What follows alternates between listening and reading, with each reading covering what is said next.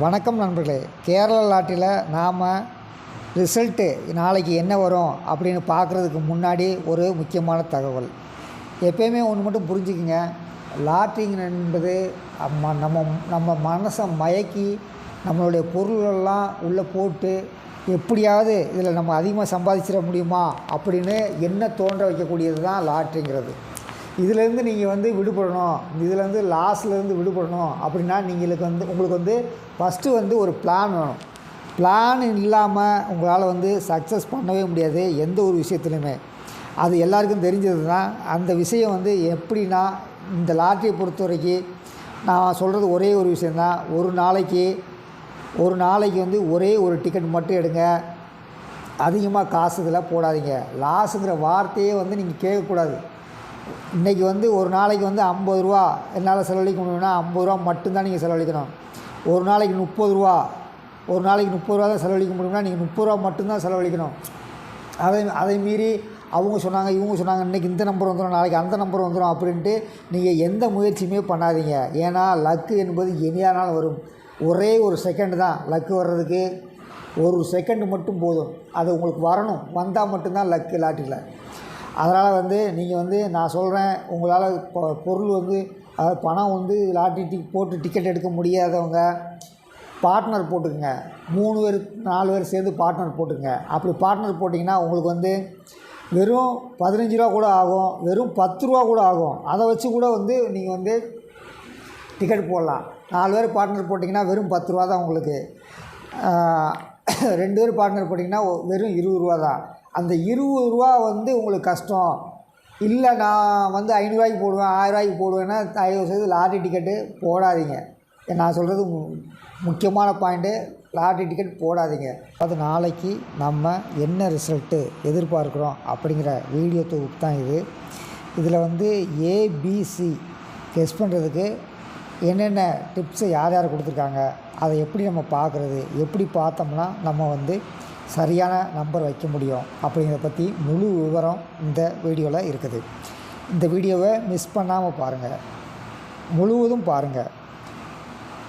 அடுத்து நம்ம கேரளாட்டில் பிசி எப்படி கணிப்பது அப்படின்னு ஒரு வீடியோ ஒரு 2 மணி நேரத்துக்கு முன்னாடி போட்டிருக்கேன். அந்த வீடியோ பார்க்காதவங்க கண்டிப்பாக அந்த வீடியோ பார்த்துக்குங்க. ஏன்னா அதில் முக்கியமான தகவல் கொடுத்துருக்குறேன். இந்த வீடியோவில் அதில் சில தகவல், முக்கியமான தகவல் இருக்குது. அதை யாரும் மிஸ் பண்ணிடாதீங்க. இப்போது நம்ம பிசி எடுக்கிறதுக்கு, அதாவது இவங்க என்ன நம்பர் வச்சுருப்பாங்க அப்படின்னு நம்ம அந்த பழைய வீடியோவில் பார்த்துருந்தோம். இதில் பிசி மட்டும்தான் இதில் இருக்குது. பிசி, அந்த பிசி நீங்கள் எப்படி கண்டுபிடிக்கிறது அப்படிங்கிறது தான் நம்மளுடைய மிகப்பெரிய கால்குலேஷனாக இருக்குது இப்போதைக்கு. அந்த பிசி நம்ம ஈஸியாக கண்டுபிடிக்க முடியும். இவங்கக்கிட்ட பிசி மட்டும்தான் இருக்குது. இதில் ஒரு நம்பர் பி, ஒரு நம்பர் சி கண்டிப்பாக இருக்கிறதுக்கு வாய்ப்பு இருக்குது. இப்போது உதாரணத்துக்கு 8 பின்னு வச்சுக்கோங்க. மீதி இந்த 3 நம்பரில் ஒரு நம்பர் சி. அப்படி தான் இருக்கணும், அப்படி தான் இருக்கும். இவங்க 2 டிஜிட் தான் கொடுக்குறாங்க, மீதி கொடுக்கறதில்ல. அதனால் நம்ம எப்படின்னு இது எப்படி கண்டுபிடிக்கிறதுன்னு ஃபுல்லாக இந்த வீடியோ ஃபுல்லாக பார்த்தீங்கன்னா உங்களுக்கு தெரிஞ்சிருவீங்க.